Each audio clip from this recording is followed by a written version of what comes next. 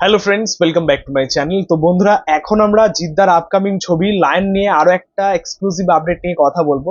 প্রথমত, তোমরা হয়তো এই আপডেটটা পেয়েই গেছো যে লায়ন সত্যি বলতে হতে চলেছে এবং অলমোস্ট কনফার্ম। হয়তো আমরা অফিসিয়ালি বা মেকার্সদের তরফ থেকে স্টেটমেন্টটা পাইনি বা অফিসিয়াল অ্যানাউন্সমেন্ট পাইনি, বাট যেভাবে পেয়েছি অ্যাকচুয়ালি আমাদের কাছে সেটাই বিরাট।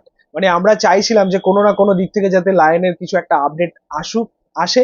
তো ফাইনালি সেরকম আপডেট পেয়ে গেছি যে লায়ন অ্যাকচুয়ালি হতে চলেছে। লায়ন অলমোস্ট হতে চলেছে এবং খুব শীঘ্রই শুটিংও স্টার্ট হতে চলেছে। প্রি প্রোডাকশনের কাজ চলছে, খুব খুব জোর কদমে চলছে আর কি প্রি প্রোডাকশনের কাজ। এবং আমরা হয়তো দেখতে পাচ্ছি যে লন্ডনে জিদ্দা রয়েছে, রায়হান রফি অন্য জায়গায় ঘুরে বেড়াচ্ছেন, কিন্তু ভেতরে ভেতরে ভাই তারা আলাদাই কাজ করে যাচ্ছে আর কি লায়ন নিয়ে। তো সেরকমই প্রিপারেশন নিচ্ছে তারা এবং আমাদের কাছে এই আপডেটটা চলে এসেছে যে লায়ন হতে চলেছে, ঘটতে চলেছে। আমরা এতদিন ধরে লায়নের বেশ কিছু আপডেট কিন্তু পেয়েছি। আমরা লায়নের গল্প সম্বন্ধে জানতে পেরেছি, আমরা লায়নের শুটিং কোথায় কোথায় হবে সেটাও অলমোস্ট জেনে গেছি। এছাড়া এই ছবির পরিচালক রায়হান রফি, সঙ্গীত পরিচালক রজত ঘোষ, খুব সম্ভবত কোনো একটা সিঙ্গেল ট্র্যাক তিনি কম্পোজ করবেন রজত ঘোষ। হয়তো মেন সঙ্গীত পরিচালক অন্য কেউ হবে, অ্যাকচুয়ালি দরকার অন্য একজন, মানে যারা এক্সপিরিয়েন্সড তাদের সেরকম সঙ্গীত পরিচালক দরকার। রজত ঘোষ হয়তো কোনো একটা সিঙ্গেল ট্র্যাক তিনি কম্পোজ করতে পারেন। সো আলটিমেটলি দেখা যাক যে আর কোনো সঙ্গীত পরিচালক থাকেন কিনা। তবে এখনো পর্যন্ত আমরা বেশ কিছু আপডেট কিন্তু ছোট ছোট আপডেট কিন্তু পেয়েছি। এই মুহূর্তে আমরা লায়ন ছবিটা নিয়ে এই সমস্ত আপডেট গুলো পেয়েছি, কিন্তু আরো একটা বিগেস্ট আপডেট, আরো একটা এক্সক্লুসিভ আপডেট যে এই ছবির নায়িকা কে থাকবেন। দেখো, নায়িকা চরিত্রে কে থাকবেন এই নিয়ে কিন্তু একটা জল্পনা কল্পনা, একটা প্রশ্নের মুখে সবাই যে কে নায়িকা থাকবেন।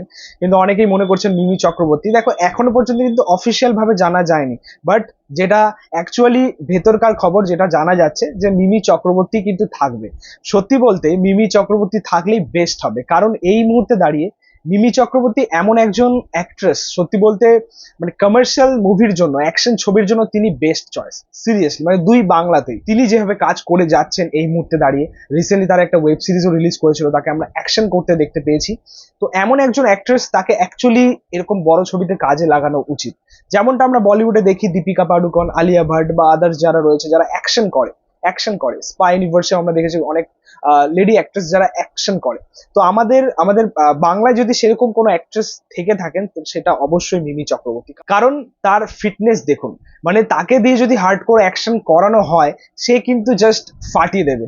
রক্তবীজে সে আলাদাই কাজ করছে, সেরকম কিছু অ্যাকশনও আমরা দেখতে পাবো রক্তবীজ 2-তে। এবং রিসেন্টলি তিনি কিন্তু অনেক ভালো ভালো কাজই করেছেন। তো আমার মনে হয় যে মিমি চক্রবর্তী সেই জায়গায় খুব ভালো কাজ করবে। এবং জিদ্দার সাথে যদি ওই অ্যাকশন অবতারে তারা ফেরে, তো এটা ভাই আলাদাই হবে। আমার যেটা মনে হয় যে মিমি চক্রবর্তী দারুণ দারুণ ভাবে মানাবে আর কি। তো জিৎ এবং মিমি চক্রবর্তী এই জুটিটাকে আমরা আরো একবার দেখতে পেতে চলেছি। সো আলটিমেটলি দেখা যাক যে অফিসিয়াল আপডেটটা কবে আসে। বাট আমার যেটা মনে হয় যে মিমি চক্রবর্তী এই মুহূর্তে দাঁড়িয়ে দুই বাংলাতেই কিন্তু খুব ভালো তার, মানে কি বলবো, প্রভাব রয়েছে, ইম্প্যাক্ট রয়েছে দুই বাংলাতে। তো সেই জায়গার দিক থেকে আমি বলবো যে সেটা সব থেকে ভালো হবে। এর আগে আমরা বাজি ছবিতে দেখেছিলাম দুজনকে একসাথে, তো সেই ছবিটা অবশ্যই চলেনি। কিন্তু এবার তারা যেভাবে আসছে, যেরকম গেট আপে আসছে, নিশ্চয়ই এই ছবিটা একটা বড় ব্লকবাস্টার হবে।